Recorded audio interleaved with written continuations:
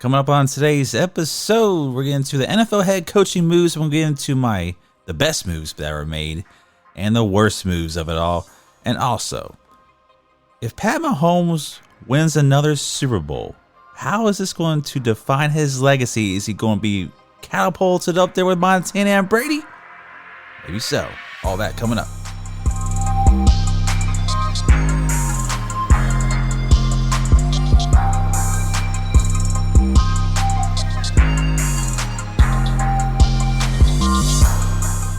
All right, everybody, welcome to Sports Talk from the Crib. I'm your host, Tanner Christian, and on today's episode, we're getting to all the NFL head coaching vacancies because they have all been filled now, heading up to Super Bowl weekend.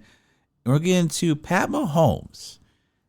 If he wins this Super Bowl, is he one of the greatest all time already? That's what we're going to discuss. I'm not going to give you my picks today. We're going to say that for Friday's episode, giving a bigger preview and to the big game because it's finally here. Super Bowl weekend is approaching, and we're finally going to have another crown. Would it be the Kansas City Chiefs for the third time in 4 years? Or did the Niners finally get the revenge because they did lose that 2020 Super Bowl against the Chiefs? So we'll see what happens. So first, if you're new, remember new episodes are airing every Tuesday and Fridays, available on all streaming platforms, Spotify, Apple, Pandora, you name it, it's on there. And be sure to check out the website, sportstalkfromthecrib.com. You can stream the podcast on there as well. And follow us on social media. We're at Feely Heat Entertainment. It's Feely Heat ENT on Instagram, Facebook, YouTube, and X. So give us a follow, subscribe to those channels. And let's get into it. NFL head coaching moves. The last one, this got fulfilled there in Washington. We'll go over that a little bit now. It's a move that I don't, per se, really love. But maybe a second stint as a head coach, could be something for Dan Quinn. Defensive coordinator for the Cowboys, accepted the Washington job. There was rumors of Ben Johnson, offensive coordinator for the Detroit Lions, possibly taking it. It didn't happen. I guess there was some disagreement there. He wanted a lot of money to come in and take it over. Eventually, he didn't get it. Now, Eric Bieniemy, their offensive coordinator, has been let go. They are deciding to hire Cliff Kingsbury to be the offensive coordinator in Washington as well. And that's just another move that's kind of questionable. I don't know about Washington. They got a lot of cap space. They got some players on offense. They got to work on that secondary on the defensive side. So I can see why they went for Dan Quinn to be the head coach. It's just, let's just get into it. He was previously a head coach for Atlanta Falcons. He did take him to that 2016 Super Bowl. He finished with 18-23 after that appearance, so his no playoff appearances. Things kind of fell out there in Atlanta after they blew that 28-3 lead. Dan Quinn was part of that. Kyle Shanahan was offensive coordinator. Everything this went bad. Of course, everybody moved on. Eventually, Dan Quinn moved on to the Cowboys, been their defensive coordinator for the last few years. Kyle Shanahan's now leading the Niners to the Super Bowl. So it's a big different story than a number of years ago as to what has happened. As for the hire, though, it's the one I know about. I'm kind of in the middle of the pack. I'm kind of like in the C range of this hire because it could be really good. It could be really kind of this simple Washington yet again. But new ownership, all new management there in the front office. They even hired some basketball guys. I guess that's why Ben Johnson may have been turned off a little bit. The rumors came out, hey, they got a lot of basketball guys leading the football franchise now. But anyways, I think they got good minds in that office for Washington. I expect them to turn it around there. Possibly they got the second overall pick. Quarterback is a must. Sam Howell. So a little bit of promise there and whatnot. But he's got sacked every single time, so they definitely have to get some O-line help as well. Hiring Cliff Kingsbury. We know he did it with the Arizona Cardinals. He drafted Kyler Murray. He had that air raid offense. And it seems like that's going to be the kind of offense he's going to run here. Drake May, North Carolina, ran the same type of offense in a way. So if Caleb Williams really goes first overall to the Bears, that opens up Washington selected Drake May, that second overall pick. That remains to be seen. Caleb Williams may not really want to go to Chicago. There's been rumors about that. Everything's going to be a bunch of rumors and speculation, but we do know for a fact Dan Quinn's the new head coach in Washington. Cliff Kingsbury's the new offensive coordinator in Washington.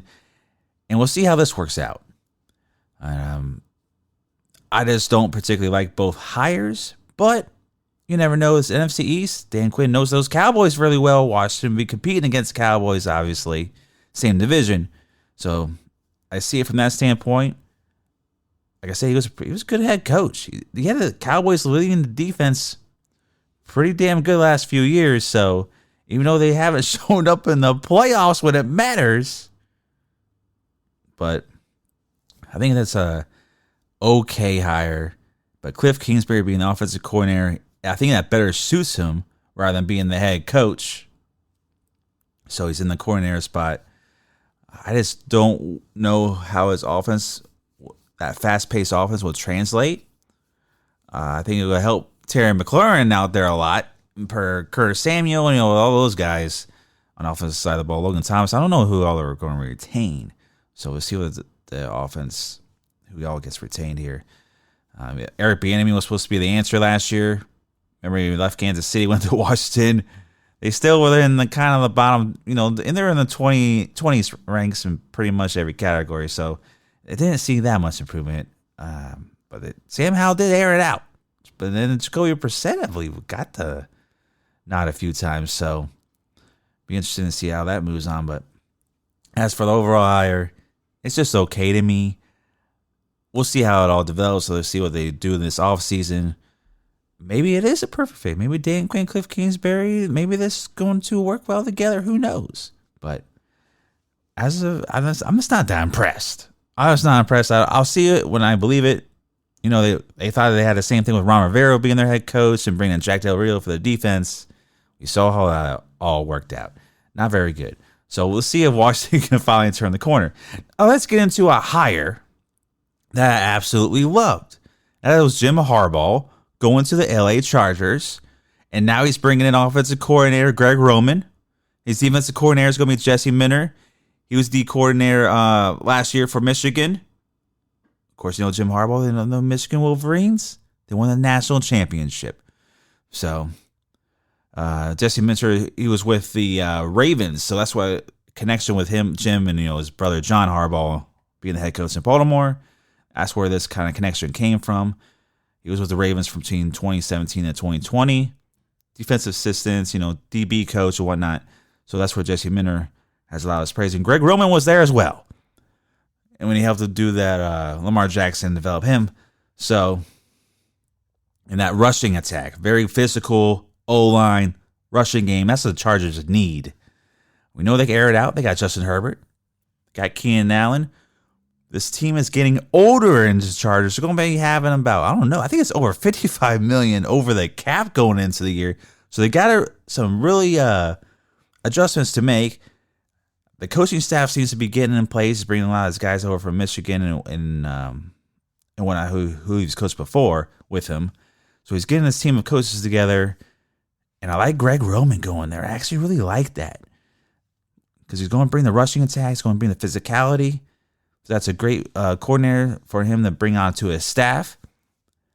And I just love the overall thing of Justin Herbert. If you thought Justin Herbert was good now, just wait till you see him with Jim Harbaugh and Greg Roman. I thought Justin Herbert was going to take a big step with Kellen Moore because he liked to air it out a lot. And we saw it in the numbers with Keenan Allen. Mike Williams, a big decision on him to make. I think you save like 18, almost 20 million if you cut him. They got to make a lot of moves. Get shore up the offensive line, decide what they're going to do with running back. Austin Eckler is going to be a free agent. He had his career worst year. Joshua Kelly, I don't think he's the answer at running back. So they're going to have to find a running back. And defense, Bosa, Mack. Are you going to restructure Mack's deal? Try to get him to take a pay cut or try to move his money around.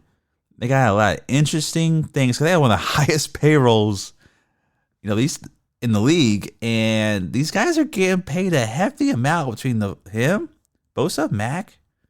You got Herbert. Derwin James, these guys are getting paid a lot of money and eating up the majority of their caps. So it'll be interesting to see how they kind of maneuver some things around and fill in some pieces. They definitely need some linebacker help. Could use some more secondary help as well. In the trenches, add another lineman on both sides. They need desperate help in the trenches. They got the outside guys. We need good D tackle and help in the linebacker position, I believe, in the Chargers. So we'll see. I expect big things again from the Chargers. I've been saying this, they're there. And they seem like they can't get over the hump. They finally got rid of Brandon Staley, one of the worst head coaches I've ever seen in the NFL. The guy was a total nut job. Horrible decision making. This ignorant, getting into his ways, and calling the defensive coordinator, calling the plays. It's not working. You just question his play calling all the time. And going for it, it'd be 4th and 5 down your own 30-yard line. You want the team to go for it. So at least he's out of there. You don't have to worry about that nonsense anymore. Those bonehead decisions that he did. He should have been gone before last year anyways, when he blew that huge lead in the playoff wild card game a couple years back. So anyways, I love the hire. Jim Harbaugh is going to be a lot of excitement to LA. And Gregory Roman being offensive coordinator, you're going to see Justin Herbert really excel. Maybe you'll see the rookie finally kind of come into his own at wide receiver himself in Quentin Johnson. So hopefully he had a disappointing rookie year, a lot of key drops and whatnot. So hopefully maybe he gets some more reps in, a little bit understanding of the offense with this coaching staff. It's a great coaching staff to learn from. So like I said, running back, that's a big priority. Maybe Derrick Henry, perhaps, out west. Could they make that happen? Be on the lookout for that. Because the Tennessee is going to be moving on. They're not going to franchise tag him again. So that'll be interesting to see where he goes. Why not L.A.? So pair with Jim Harbaugh and that passing attack with Herbert, man. Wishful thinking, though. But anyways, I love the hire. I think it's the best hire of the offseason. People kind of say what they want about Harbaugh. He led the Niners to the Super Bowl. Those were great teams, always going to the NFC Championship game. Yes, they didn't win. He was close. That's his ultimate goal. He's got his national championship. His first stint as head coach in the NFL was great, but didn't win the big one. Now's his chance. He's going for that Super Bowl. It's going to be tough being in the division with the Chiefs. But, hey, I expect big things out of L.A. Let's get into the next one here. Raheem Morris to the Atlanta Falcons. He had a previous stint there when he was the interim coach when Dan Quinn got fired. He was 4-7 in that little stint. He's been the Rams coordinator. He was part of that 2021 Super Bowl in the win. So, Raheem Morris, Atlanta Falcons decided to go with a familiar face. And I actually like this move too. I'm kind of like right at the B range. I'm not saying it's a home run or anything like that, but I believe it's like a B hire. And I like it. Familiar face, like I said. Got a question marks at the QB position. Desmond Ridder played pretty damn bad.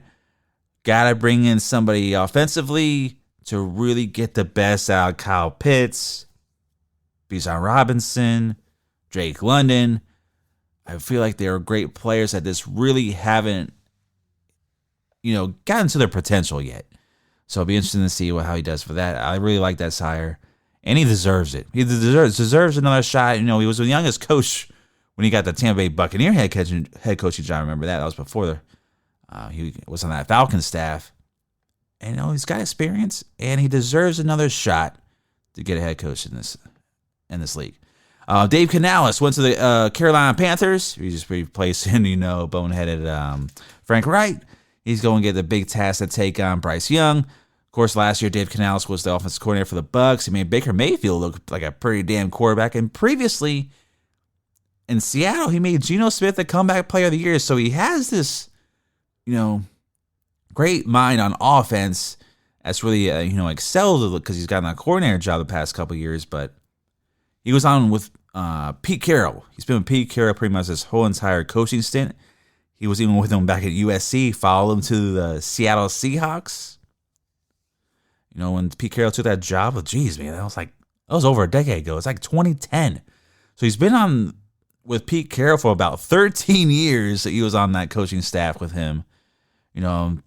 just like wide receiver, QB coach, you name passing game coordinators. He's pretty much done it in different positions there when he was a coach. But Dave Canales, I'm gonna give this one a B as well. Like, I like the hire for Carolina, but the biggest challenge is getting Bryce Young, small guy, out. I know I was going to roll. I've always been C.J. Stroud. I said that before that draft. I think C.J. Stroud is going to be that guy, and Bryce Young would be the bust. Because I didn't like Alabama quarterbacks. It's never happened. You kind of say the same thing about Ohio State, but it was just different. I think Bryce Young is too small. Doesn't weigh a lot either. You got to really protect him. Their offensive line's got to get some help. Definitely. And maybe Dave Canales could be that guy to get the best out of Bryce Young, which remains to be seen. We'll see what happens.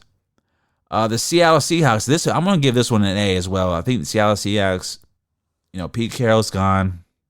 I don't know if he still has that advisory role in the front office or what, but Mike Macdonald is new head coach in Seattle. This 36 years old, man. He had 8 total seasons in Baltimore. He was D coordinator last year. That best, defense in the league, man. Points per game, rushing attack. Like, they just didn't allow nothing. It was one of the best defenses, statistically since the NFL merger. Like, this is unheard of. He's had various roles within the organization, DB coach, linebacker coach, and whatnot. Mike Macdonald, I think, is a great pick for the Seattle Seahawks to, continue that what Pete Carroll brought to, Seattle. So I like that hire a lot. I would literally put it right behind the Jim Harbaugh hire with the Chargers. I'd be like, those are the best 2 hires. They deserve A's, and for their respectable franchises. And I really like it. Mike Macdonald has been a huge part, that Ravens defense there with John Harbaugh. So, it's just, I think that's just phenomenal. Let's put it that way. Phenomenal hiring and bringing him to Seattle. That Seahawks defense, could we see a Legion of Doom Part 2, perhaps? Wishful thinking again. But you never know. So I really like that hire as well. So now, with the final topic of today, we did all this NFL head coach. We kind of summarized it up. Antonio Pierce was also, congratulations to him, being the Raiders coach or whatnot, from getting interim to being the head coach there. Of course, we already mentioned Jerome Mayo in the previous episode being the Patriots. I like that hire a lot.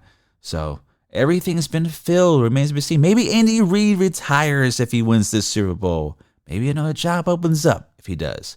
But anyways, Pat Mahomes' legacy. Let's talk about it. If he wins this Super Bowl, is he the GOAT already? Can we call him one of the greatest QBs of all time already? Guy's only been in the league for 7 years. 6th year as a starter. This is only his 6th year as a starter. He's still a young dude. Because he sat out at 2017, his rookie year. Remember, he's behind Alex Smith? He's gotten 2 MVPs under his belt. Super Bowl record, he's 2-1. Can he possibly get his 3rd Super Bowl already? He's got 2 MVPs. So, his passer rating in the Super Bowl is 79.7, 738 passing yards, 5 TDs, 4 picks. He also has a rushing touchdown in the Super Bowl. So, is he going to be, I think, if he wins this already this early in his career, how can you say no? Because you never know how long he could play. He could play for another 10 years. What if he gets to, say, 2 in those 10 years after this? He's put himself already in Tom Brady, Joe Montana, upper echelon Hall of Fame type. Where you just go, wow, like, this guy is just that good. And they've done it differently this year. Before he had Tyreek Hill. And on those previous Super Bowls this year, they've done a lot of defense. And he's managed to get these weapons and trust these offense. Travis Kelce is going to keep playing him another year or so, perhaps. Maybe he retires after this year. Who knows? We thought he was going to be over the hill because he struggled a lot this year and had some key drops. And, this didn't look like himself. But now in the postseason, he's been balling. So, Pat Mahomes' legacy. Oh, man. Like, I really believe that if he wins this one, even if he loses, I still believe he's up there. but not on that level quite yet. But if he wins this already, how you gonna win 3 Super Bowls in the last 4 years, Kansas City? Like, come on, man. Like, it's just crazy. The only Super Bowl he lost was against the Buccaneers. Remember when they just blitzed the crap out of him? The offensive line had no answer for that Tampa Bay defense. Of course, Tom Brady was on the other side of that. But hey, previous Super Bowl, Chiefs beat the Niners 31-20. It's 4 years ago. So now here's a rematch. Are they going to do it again? Remember in that Super Bowl as well, they scored 3 TDs in the final 6 minutes of that game. They were down 20-10 in the fourth quarter. Niners had Jimmy G. That was their quarterback then. So this one is just like, can Pat Mahomes get another victory over the Super Bowl in the Super Bowl against the Niners? This poor Niners, right? I think if he wins this one, though, it really is going to supplement himself in that type of category with Joe Montana, Tom Brady, especially if he wins another Super Bowl MVP too. Pat Mahomes is that guy, and it's a crazy thing here, man, with him and Andy Reid, Travis Kelce, what they've built in Kansas City, and ever since he took over the job there in his first year, it's just been incredible. So yes, I do believe it. He's already on the verge of Hall of Fame. Even if he loses this game, just think about it. If he just gets Super Bowl is hard to get to, but he seems to always be in the hunt. And I don't want to face him in the playoff time. And he's been in my picks. I can't go against Pat Mahomes. I just can't do it because, you got to prove to beat him. And we're going to get to my Super Bowl pick on Friday about who's going to win this game and why. So stay tuned for that. But anyways, Pat Mahomes' legacy, he's the one, man. It really is going to make him the Hall of Fame type. All right, that's going to do it for today's episode. Thank you all for joining me here on Sports Talk from the Crib with your favorite sports host, Tanner Christian. Remember, new episodes are airing every Tuesday and Friday. It's available on all streaming platforms. Be sure to check us out on social media at Feel the Heat Entertainment. It's Feel the Heat ENT. We're on Instagram, Facebook, YouTube, and X. And check out the website at sportstalkfromthecrib.com where you can stream the podcast on there as well. So, hope you all have a great day. Enjoy yourselves. Thank you for listening. Catch you on Friday. Super Bowl weekend. You got it.